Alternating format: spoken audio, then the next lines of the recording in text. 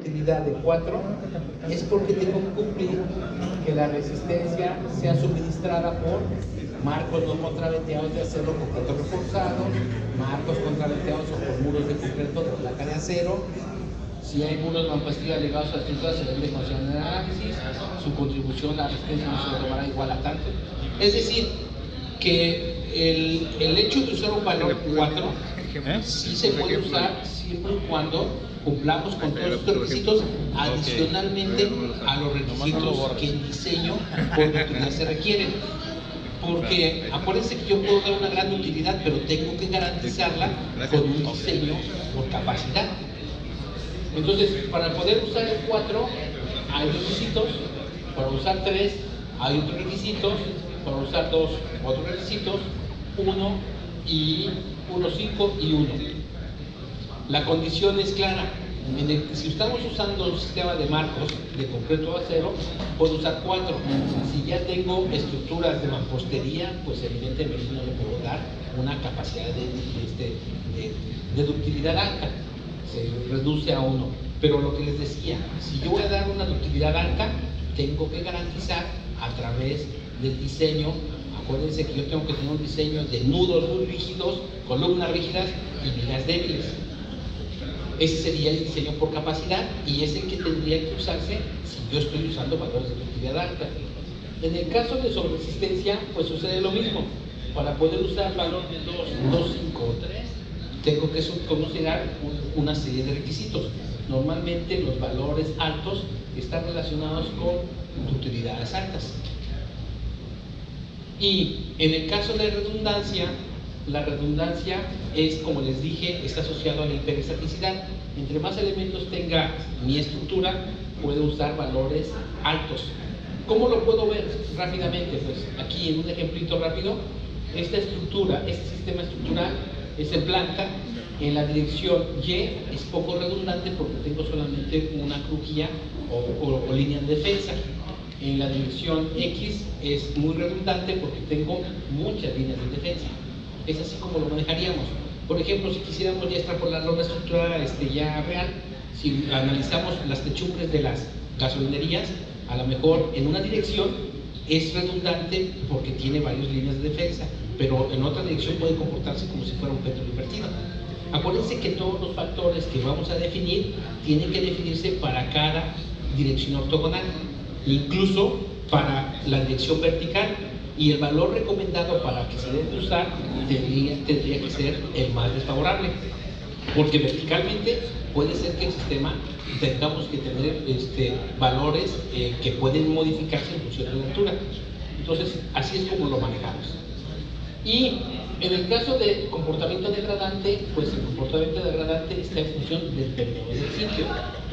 Aquí sí es importante hacer un estudio de mecánica de suelos para determinar este valor si yo quiero considerar este comportamiento degradante. Pero ya lo dije, normalmente el comportamiento degradante está muy relacionado a suelos muy poco competentes, suelos muy malos. ¿Sí? Esto fue lo último que hicimos. En realidad, mi espectro reducido es el espectro elástico, que fue el que calculamos y que terminamos dividiendo entre 981, dividido entre todos los factores, Q', R y Rho. Por eso es que puse al final que mi espectro, mi espectro final era el espectro reducido, perdón, el espectro elástico entre todos los factores. Agregué una condición más que fue la regularidad, pero la regularidad está afectada directamente con Q'. Si ustedes tienen el libro, lo van a ver ahí claramente donde queda. Entonces, alfa multiplica Q'. Si la estructura es muy irregular, pues yo tengo que considerar esa irregularidad modificando el factor de comportamiento sísmico. En el caso de construir irregularidad, no las tengo aquí, pero si tienen la versión 2008 y la 2015 son exactamente las mismas en el término de irregularidad. Son 11 condiciones que se tienen que cumplir, con una que no se cumpla es irregular. Si hay más de una, es fuertemente irregular. Y los valores que se manejan son entre 0.7 y 1. En cualquier caso, todo esto pues ya lo pueden ver ustedes de manera detallada. Lo importante es que tuviéramos un ejercicio donde pudiéramos controlar todos los valores. Ahora en el ejemplo que tienen de Excel, todos los valores se controlan. Aquí está, aquí está precisamente la irregularidad.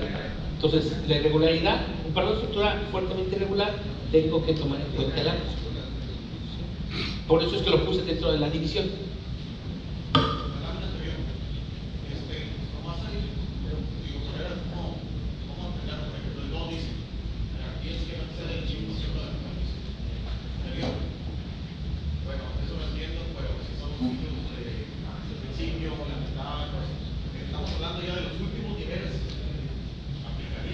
Pero la rigidez o resistencia del corte del nuevo, bueno, sí, claro, la última pues no tiene sentido. No, pero se aplica para todo. Sí, hay que revisar el cambio de irregularidad en ese sentido. Pero es una condición de 11 que se debe de revisar. O sea, realmente, si se dan cuenta, ahí es donde iba siempre en el concepto más filosófico. Si yo tengo duda de algún concepto, pues podría irme para el caso más favorable. Si yo veo y visualizo que hay una irregularidad en mi estructura, pero no sé cómo calcularla, yo podría considerar que es irregular y entonces utilizo un factor que reduce, castigándolo. Si yo tengo certeza de que no hay irregularidad, claro, calculo el factor máximo de irregularidad es 1. No, mejor dicho, no hay irregularidad porque no usamos el 1. Pero me refiero a que en el caso de una duda clara, pues lo que tengo que hacer es conservador y manejar valores. Fíjense, aquí está. Cuando no se cumplen una de las condiciones de regularidad numeradas del 1 al 9, el factor que debemos usar es 0.9. Cuando no se cumplan 2 o más condiciones regulares, además de la 10 y 11, es 0.8. Y si son estructuras fuertemente irregulares, es 0.7. En el caso, por ejemplo, de masas o una alberca intermedia, claro, un nivel alto, hay irregularidad porque tenemos que revisar la rigidez de los diferentes entrepisos. Ya la fuerza es diferente. Así es. Ahí es donde tengo que tomar en cuenta eso. Y lo que se hace es castigar, porque acuérdense que no es que estemos castigando el diseño, nada de eso, estamos incrementando la fuerza sísmica que va a aplicar. A que se quede más elástico en el lado elástico. Para que se vaya más al lado elástico. Exactamente. No son castigos. Miren, yo lo manejaba como si fuera una premiación a una estructuración. Si yo tengo una estructura muy regular, una cajita de zapatos, pues evidentemente puedo usar los valores máximos. ¿Sí? Son criterios para estar dentro del lado de seguridad. ¿Sí? Porque acuérdense que lo que estamos haciendo fundamentalmente es calcular una fuerza sísmica. Y en el caso de que existan dudas de si hay una irregularidad o no irregularidad, pues a lo mejor no puedo ir con las condiciones desfavorables. ¿Sí? Si yo no tengo certeza, o tengo, efectivamente, tenemos una alberca a mitad de entrepiso, pues es irregular, por supuesto. Entonces solamente tengo que verificar qué tanto cambia la rigidez entre los pisos inferior y superior con respecto a ese. Y si hay un cambio de rigidez importante, entonces tengo que castigarlo y penalizarlo. Pero no penalizo, simplemente que incremento la fuerza sísmica. ¿Sí? Ese es el concepto. Entonces, si se dan cuenta, pues ya el control lo tenemos acá. Ya solamente es cuestión que desde el punto de vista ya de criterio de cálculo de fuerza sísmica, pues se establezca. Y ahorita vamos a hacer varios cálculos rápidos para que vean cuál es el efecto que se tiene. ¿Cuál es el efecto que se tiene si no se sabe nada? ¿Cuál es el efecto que se tiene si conocemos información estructural? ¿Cuál es el efecto si yo comparo el resultado de un método estático con un dinámico? Que eso sería la parte final del ejemplo, ¿no? Por favor. Las normas que han aplicado, las mencionabas, no sé si las han revisado en algún modelo nada más analítico o si han implementado algún edificio para corroborar. Bueno, miren, uno de los grandes retos que se tiene, yo creo que efectivamente muchos criterios que aparecen deberían estar fundamentados en estudios formales. Y definitivamente muchas de las cosas que están incluidas están basadas en estudios reales. Pero lo que es cierto es que, como decía, si algo está funcionando, creo que lo conveniente es que siga estando así. Entonces hemos verificado muchos datos.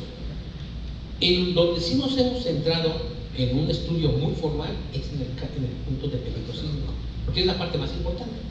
El nivel de aceleración al que está sometida una estructura. Todo lo demás sí son trabajos hechos de tesis, de estudios. Aquí en este documento han intervenido prácticamente todos los grandes investigadores legales. O sea, aunque es un documento que nosotros hemos coordinado como Instituto Nacional de Electricidad y Energías Limpias, hemos coordinado un grupo de muchas universidades y todo está revisado.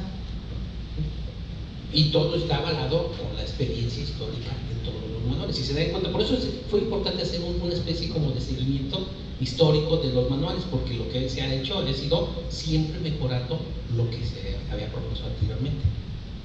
Sí, nada más como comenzar, recordemos que los reglamentos surgen a raíz de los problemas. De las necesidades. O sea, que no nos vamos enfrente de, sino que ya que sucede, vemos qué fue lo que pasó y entonces cambiamos reglamentos. Pero es lo más normal. Pero algo que por eso es que la presentación ayer lo inicié con ese resumen de esa tesis que les mostré, en donde lo sorprendente es, y fíjense que yo ya había tenido comentarios. Hay un investigador muy reconocido que es Arturo Tena, no sé si alguno de ustedes lo conoce. Arturo Tena, él ya me había dicho en algún momento que él tenía identificado muchos edificios que se iban a caer con un sismo, y eso me lo dijo hace años. Y era porque no cumplían con condiciones de regularidad, no cumplían con el concepto de piso débil, que desafortunadamente ya lo conocíamos, porque en el 85 fue uno de los grandes problemas. Y en el estudio que se hizo se dieron cuenta la cantidad de edificios que tienen ese problema. Entonces, por eso es que llega un momento en que conforme uno va revisando más información, se da cuenta y se frustra al pensar de qué sirve el avance en la reglamentación si al final no se aplica. Es que jamás vamos a llegar al 100%. No, Vamos a llegar al 100% de seguridad. Entonces, yo creo que tener un documento con esa experiencia y que continuamente se vaya revisando en función de los efectos que tiene un sismo, pues le da la garantía. A lo mejor no se puede verificar todo experimentalmente o numéricamente, pero sí hay evidencia de que sí se mejora el comportamiento, ¿no? Entonces, vamos a terminar el ejemplo, por favorcito. Ya hablamos de los factores. Como les dije, no voy a profundizar en eso porque creo que ustedes pueden leerlos. Y finalmente ya en la definición de un factor depende del criterio, aunque fíjense que también he tenido la experiencia de que muchas veces la aplicación de las normas no los hacen los técnicos, los hacen los abogados. Los abogados son los que revisan exactamente qué es lo que quiere decir, y ya me ha pasado varias veces que por una palabra nos empiezan a cuestionar, pero aquí dice esto, pero no es así, sí, aquí dice esto, y bueno, pues al final a los que tenemos que convencer son los abogados y no los técnicos. Vamos a continuar, por favor, en una hojita. Esta hojita fue el método estático, pero vamos a abrir una más, por favor. Y vamos a poner nombres, ¿no? Aquí voy a poner espectro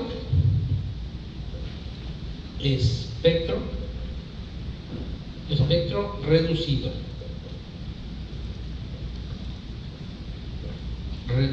En la siguiente hojita vamos a poner aceleración constante.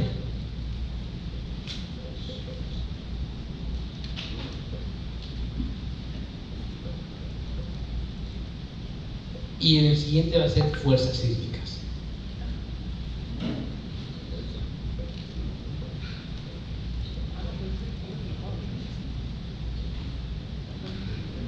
Vamos a ver la utilidad ya del espectro, porque ese es el objetivo final. Entonces, les pido que abran el ejemplo estático. ¿Sí? Es un ejemplo que he manejado muchas veces, que luego a veces me pregunto si tengo que hacer una modificación del ejemplo, pero yo creo que no, porque lo importante es mostrarles la aplicación de un método estático contra un dinámico, y no tengo que hacerlo complejo, ni tengo que hacer una estructura muy compleja para poder lograrlo. Simplemente con este ejemplito es suficiente. Entonces, el primero es espectro reducido. Ya tengo mi hojita de espectro reducido, ¿correcto? Ya controlada, ya tengo mis valores, ya tengo todo. La siguiente pestañita fue la aceleración constante, donde les expliqué más o menos cómo se utiliza esta ecuación, que no es más que una vez ubicada la zona sísmica, el A0R lo obtenemos ya sea de Prodigy o de la página de internet, y los factores que utilizo son Fs y Frs, y que este valor es un valor elástico, por eso es muy alto, y si ya quiero usarlo para calcular fuerzas sísmicas, tengo que reducirlo por sobreexistencia y de utilidad, para el caso simplificado. Ahora sí, en fuerzas sísmicas pues tenemos que poner, me voy a ir a mi presentación y voy a ir a una página anterior. Déjenme ver dónde está. Aquí. Fíjense que para calcular fuerzas sísmicas lo puse así precisamente para mostrar, para que se quede claro el uso de funciones y el uso de variables. En el 2008, para calcular fuerzas sísmicas sin estimar el periodo, usábamos esta ecuación, en donde C pues es la ordenada máxima o el coeficiente sísmico, y sí se podía modificar por amortiguamiento, y abajo estaba con prima, R y ρ. Este término no es más que una relación para que nos permita calcular fuerzas sísmicas de manera lineal, ¿sí? Entonces eso, no se preocupen por eso, lo importante es esto, porque acuérdense que para el método estático usamos la primera forma modal, es decir, que se va incrementando la fuerza de los niveles de entrepiso. El cortante se ha acumulado a todos, pero la fuerza sísmica va variando linealmente, y esto es la variación. En este caso, yo necesito la ordenada máxima, beta, Q', R y ρ. En el 2000, si conocemos el periodo, fíjense que es una ecuación que pareciera que es